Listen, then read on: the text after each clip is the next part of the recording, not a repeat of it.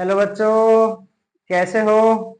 आशा करता हूँ कि आप लोग बहुत ही अच्छे होंगे, स्वस्थ होंगे, मस्त होंगे और बोर्ड एग्जाम्स की तैयारी में व्यस्त होंगे बच्चों। तो बच्चों, आज की क्लास में हम आपको पढ़ाने वाले हैं राउल्ट का नियम। और इससे पिछली क्लास में हमने आपको पढ़ाया था बाष्प दाब। बाष्प दाब के बाद आज की क्लास में हम आपको पढ़ाने वाले हैं राउल्ट का नियम। तो प्यारे बच्चों, राउल्ट का नियम समझने से पहले हम द्रव द्रव विलयन का बाष्प दाब कैसे निकालते हैं उसके बारे में बात करेंगे। उसके बाद हम राउल्ट का नियम बताएंगे कि द्रव द्रव विलयन के लिए राउल्ट का नियम क्या है। तो आइए बिना देरी किए हुए आज की क्लास की शुरुआत करते हैं बच्चों। तो बच्चों, शुरुआत करते हैं कि द्रव द्रव विलयन का बाष्प दाब कैसे निकालते हैं। तो सबसे पहले द्रव द्रव विलयन का बाष्प दाब इसे बोलते हैं हम बच्चों वेपर प्रेशर ऑफ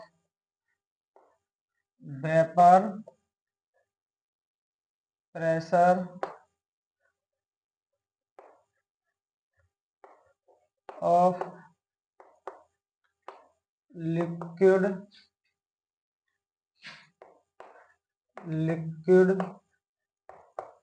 सॉल्यूशन।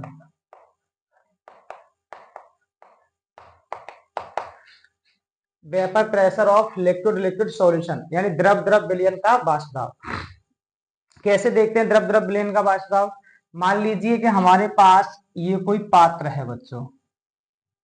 ये हमारे पास क्या है बच्चों, कोई पात्र है और इसमें हमने दो द्रव भर लिए A प्लस बी। कौन कौन से हैं बच्चों, A और B है। तो इस A का बाष्प दाब हमने मान, ये भी द्रव है और ये भी क्या है बच्चों, द्रव। और ये A भी क्या है बच्चों, द्रव है। तो A का जो बाष्प दाब है उसको मान लिया हमने PA और B का जो बाष्प दाब है उसको मान लिया हमने PB। अब इनको लिखते हैं कि माना दो द्रव A तथा B हैं जिनके बाष्प दाब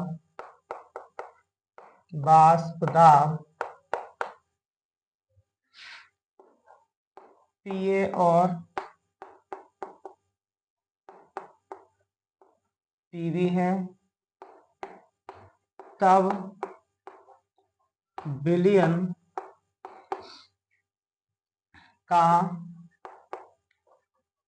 कुल बाष्प दाब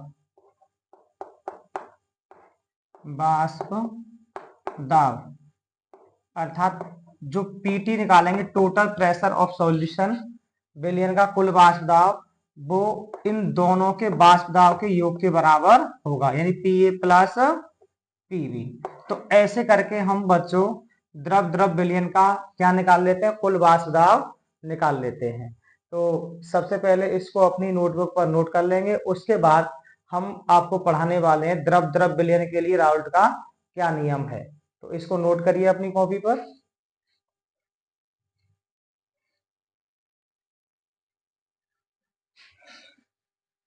आपने नोट कर ही लिया होगा बच्चों इसको। अब इसके बाद हम पढ़ने वाले हैं द्रव द्रव विलयन के लिए राउल्ट का क्या नियम है।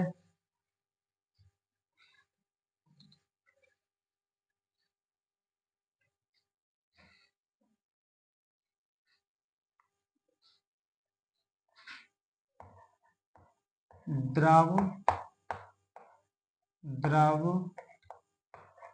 विलयन के लिए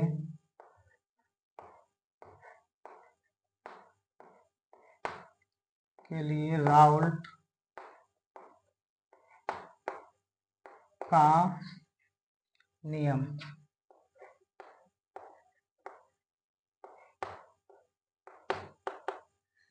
द्रव द्रव विलयन के लिए राउल्ट का नियम। तो बच्चों, इस नियम का प्रतिपादन वैज्ञानिक राउल्ट ने 1986 में किया था और उन्होंने क्या बताया था कि एक निश्चित ताप पर, अर्थात किसी निश्चित ताप पर द्रव द्रव विलयन में उपस्थित किसी घटक का वाष्प अवस्था में आंशिक जो वाष्प दाब होता है वो उस घटक के मूल प्रभाज के समानुपाती होता है। वो उस घटक के मूल प्रभाज के क्या होता है बच्चों? समानुपाती होता है। यही बताया था वैज्ञानिक राउल्ट ने। तो आइए पहले इसका स्टेटमेंट लिखते हैं, उसके बाद इसको समझते हैं पूरी तरह से कि क्या है ये नियम। हम लिखेंगे इस नियम का प्रतिपादन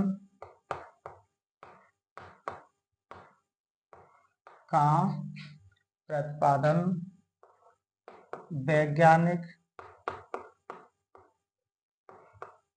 राउल्ट ने 1986 में किया था।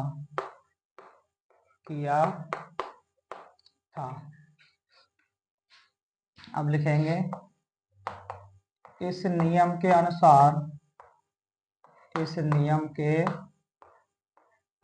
अनुसार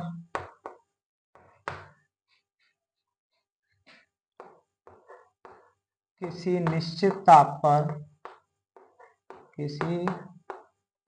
निश्चित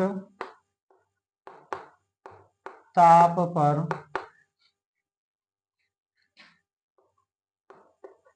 द्रव द्रव विलयन में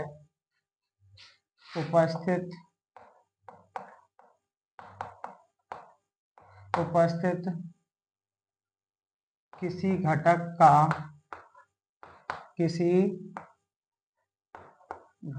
का वाष्प अवस्था में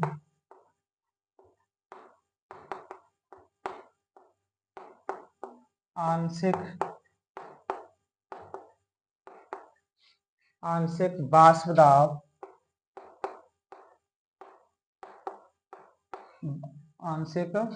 दाब उस घटक के मूल प्रभाज के समानुपाती होता है। मूल प्रभाज के क्या होता है बच्चों? समानुपाती होता है। अर्थात किसी घटक का वाष्प अवस्था में आंशिक जो वाष्प दाब होता है वो उस घटक के मूल अंश के क्या होता है बच्चों? समानुपाती होता है। तब हमने मान लिया कि दो घटक है किसी विलयन में, ए और बी, एक विलायक है और एक क्या है बच्चों? विलेय है। तब हम किसी घटक का वाष्प दाब उसी घटक के मूल प्रभाज के समानुपाती कैसे होता है इसको देखेंगे। तो हम लिखते हैं यहाँ पे कि माना घटक ए का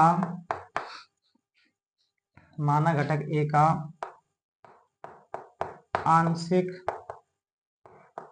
वाष्प दाब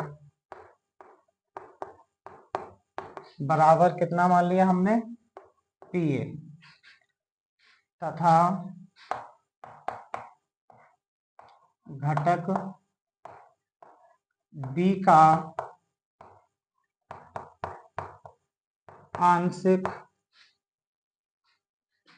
वाष्प दाब बराबर मान लिया हमने पीवी, और घटक ए का मूल प्रभाज मूल प्रभाज क्या होगा बच्चों? घटक ए का मूल प्रभाज बराबर चाहिए और घटक बी का मूल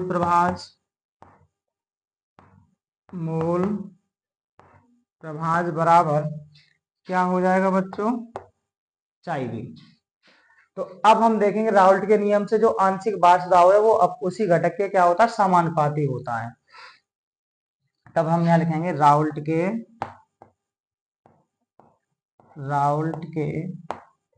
नियम से ये पहला वाला जो घटक ए का बाष्प दाब है वो घटक ए के मूल प्रभाज के समानुपाती होगा और घटक जो बी का बाष्प दाब है वो चाई बी के क्या होगा बच्चों? समानुपाती होगा। अब यहां से हम समानुपाती का अगर चिन्ह हटाते हैं तो पी ए बराबर क्या आता है बच्चों? पी नॉट ए चाहिए, पी नॉट ए और चाहिए आता है और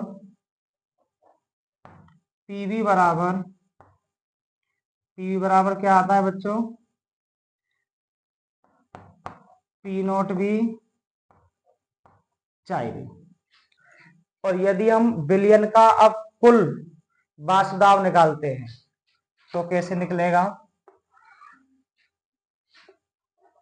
विलयन का कुल बाष्प दाब यानी कि पीटी, इसे हम बोलेंगे बच्चों PT, total pressure of solution है ना। तो पीटी बराबर क्या? दोनों का योगफल हो जाएगा बच्चों, पी ए प्लस पीवी। और पी ए का मान कितना है बच्चों? पी ए का मान है पी नॉट ए चाहिए प्लस पीवी का मान कितना है?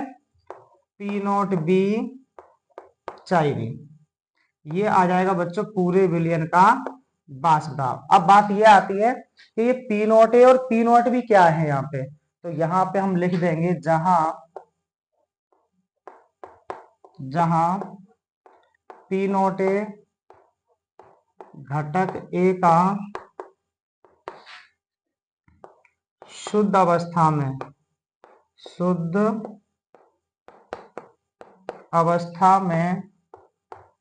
आंशिक बाष्प दाब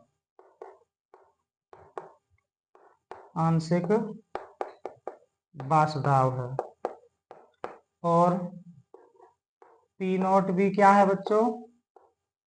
घटक बी का शुद्ध अवस्था में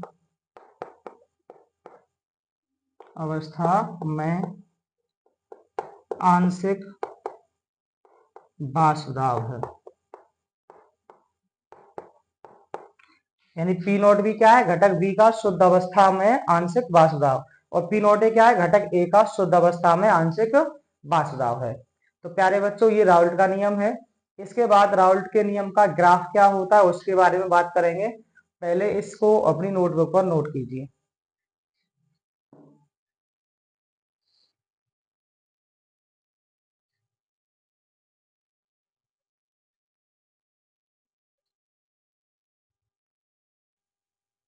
हाँ तो बच्चों आपने नोट कर लिया होगा।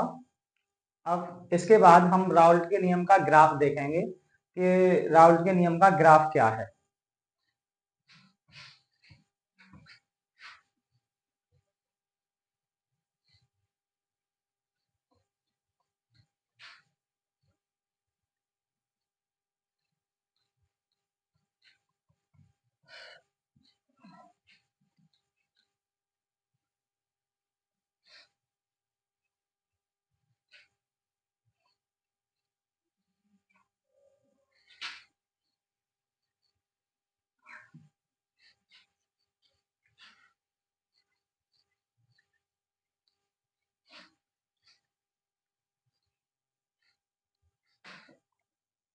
तो आइए बात करते हैं हम राउल्ट के नियम के ग्राफ के बारे में। ग्राफ देखिए बच्चों, यहां पर हम लेंगे वाष्प दाब और इस अक्ष पर लेंगे हम मोल प्रभाज। यहाँ पे हमने ले लिया बच्चों मोल अंश, मोल अंश, और यहाँ पर ले लिया बच्चों वाष्प दाब, वाष्प दाब। तो जब बर्तन में हमने घटक ए लिया है शुद्ध अवस्था में, तो उस समय इसका जो मोल प्रभाज है वो बच्चों 1 होगा, और उस समय घटक बी क्या होगा, 0 होगा। शुद्ध अवस्था में होगा घटक ए, क्या होगा बच्चों, शुद्ध अवस्था में। तो उस समय घटक बी तो 0 है, तो इसका मतलब शुद्ध अवस्था में, जब ये शुद्ध अवस्था में होगा तो इसका जो वाष्प दाब है वो अधिकतम होगा। क्या होगा बच्चों, अधिकतम। तो हमने मान लिया कि ये इसका जो वाष्प दाब है पी नॉट ए, ये शुद्ध अवस्था में है बच्चों।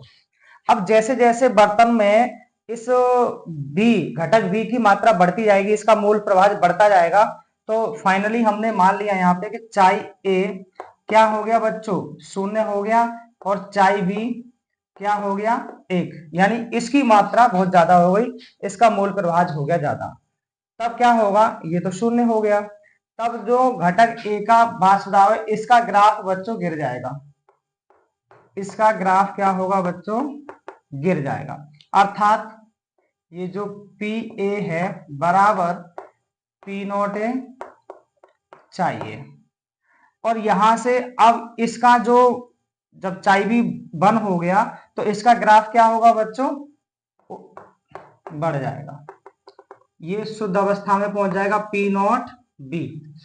तब यहां पे हम लिख सकते हैं कि पी बी बराबर पी नॉट बी और चाई बी। अब कोई हमसे ये पूछ ले कि पूरे बिलियन का वाष्प दाब कैसे बताएंगे बच्चों, पूरे बिलियन का वाष्प दाब कैसे बताएंगे, तो उसके लिए फिर हम इन दोनों को जोड़ देंगे, यानी कि पीटी बराबर P A plus P B, और पी ए का मान कितना होता है बच्चों, पी नॉट ए चाहिए, और पीवी का मान क्या होता है, पी नॉट बी चाहिए। अब एक बार दोबारा से समझो, जब बर्तन में हमारे पास घटक ए का मूल प्रभाज ही है, घटक ए है, केवल घटक ए है, तब शुद्ध अवस्था में इसका जो वाष्प दाब होगा वो पी नॉट ए अधिकतम होगा, और जैसे जैसे घटक बी की मात्रा बढ़ती जाएगी, घटक बी का मूल अंश बढ़ता जाएगा, तो इसका मान नगण्य होता जाएगा। तब क्या होगा कि इसका ग्राफ नीचे की ओर आएगा, गिर जाएगा, और इसका जब मान 1 हो जाएगा तो इसका ग्राफ बी का वाला उठ जाएगा, ये पी नॉट बी शुद्धतम अवस्था में इसका ग्राफ ऊपर की ओर जाएगा, और यदि दोनों को जोड़ेंगे तो पी टी बराबर P A plus P B हो जाएगा बच्चों। तो इसको जरूर बनाना सीखना है बच्चों, इसको नोट करिए अपनी कॉपी में।